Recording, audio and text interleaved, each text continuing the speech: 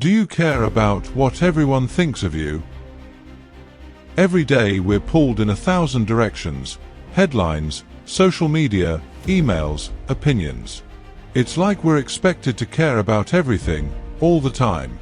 But what if that constant caring is what's making us anxious, burned out, even miserable?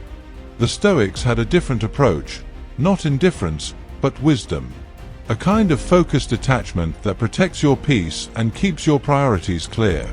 Today, we'll explore 10 powerful Stoic principles that can help you master the art of not caring, especially in the noisy, overwhelming world we live in. 1. Know what you can and can't control. Some things are in our control and others are not. This is the bedrock of Stoic philosophy.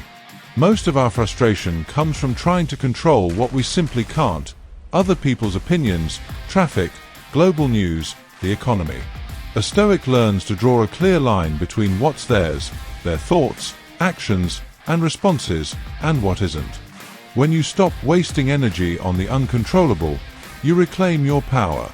You learn to respond instead of react. In our hyper-connected world, that clarity is rare and priceless.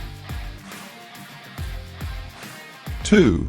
Indifference is strength. The Stoic doesn't not care because they're cold or lazy. They choose not to care about things that do not contribute to a virtuous life. That's not apathy, that's focus. Think of it this way: you have a limited amount of emotional and mental energy. Why waste it on gossip, arguments with strangers online, or a curated life someone else posts on Instagram? To be indifferent in the Stoic sense is to know what matters, and to calmly release everything that doesn't. 3. Practice voluntary discomfort. Seneca, one of Rome's richest men, deliberately wore cheap clothes and slept on the floor. Not to punish himself, but to remind himself that he didn't need luxury to be content. In a world that constantly tells us we need more to be happy, more stuff, more status, more comfort, voluntary discomfort is a powerful reset. It trains you to detach, to let go of the illusion that you're only okay if everything's perfect. Try it. Take a cold shower. Fast for a day. Leave your phone behind for a walk. You'll realize you're stronger and freer than you think. 4. Accept what happens, then choose how to respond. Amor fati, love your fate. The Stoics weren't fatalists. They didn't believe we're helpless. But they did believe in accepting reality before trying to change it. Resistance often leads to suffering. Acceptance leads to clarity. That doesn't mean you approve of everything, but it means you stop arguing with reality and start deciding how to move forward wisely. Someone criticizes you. Fine. You can't control their words, but you can control your response. That's Stoicism. 5. You don't need an opinion on everything. You always have the option of having no opinion. How many of your thoughts are actually yours, and how many are reactions to the endless stream of information you consume? Stoicism teaches restraint, mental minimalism. You don't need to weigh in on every news story. You don't need to defend your beliefs to strangers. You don't need to scroll through chaos just because everyone else is. Freeing yourself from constant opinion is like decluttering your mental space. It's quiet, and in that quiet, you think clearly. 6. Focus on character, not reputation. In the Stoic worldview, virtue is the only true good. That means courage, justice, wisdom, and self-discipline, not popularity, likes, or external success. If you constantly chase approval, you become a slave to perception. You become reactive, easily offended, constantly seeking validation. But if you focus on who you are, not how you're seen, you become steady. Stoic. Someone who can't be shaken by praise or criticism. And that's rare in today's world. 7. Let go of the past, and stop predicting the future. We carry regrets like backpacks. We worry about futures that haven't happened. But the Stoics remind us, the present moment is the only thing that exists. Marcus Aurelius wrote, "Don't let your reflection on the whole sweep of life crush you. Stick with the present situation." That's incredibly freeing.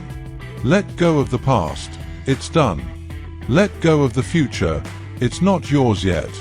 Your power is in how you show up now. That's all that's real. That's all that ever was. 8. Use negative visualization. Premeditatio malorum. This might sound morbid, but it's one of the most grounding practices. Imagine losing what you have. Imagine losing your home, your job, a loved one. Not to be sad, but to wake yourself up to gratitude. When you realize everything is temporary, you stop taking it for granted. And you stop clinging. This also prepares you for hardship. If it happens, you're not shocked. You've already rehearsed it, and you know you'll survive.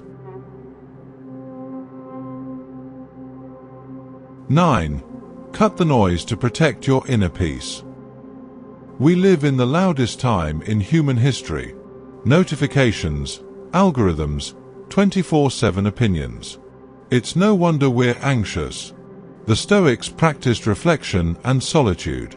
They wrote in journals. They walked in nature. They weren't afraid of silence. Cut back on inputs. Create space for thinking. Start your day without your phone. Guard your attention like it's sacred, because it is. 10. Remember you will die. Memento mori. You could leave life right now. Let that determine what you do and say and think. It's easy to care too much about petty things when you think you'll live forever. But when you remember your time is limited, your focus sharpens. You stop obsessing over what others think. You stop sweating small stuff. You start living with intention, saying what you mean, doing what matters, letting go of what doesn't. Memento mori is not meant to scare you. It's meant to wake you up. In a world that demands your attention, your outrage, your opinion, Stoicism offers a quiet rebellion. A way to care less about what drains you, and more about what actually matters. This isn't about being cold.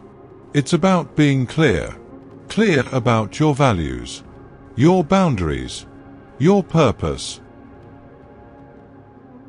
So next time you feel overwhelmed, remember, you don't have to react. You don't have to carry everything.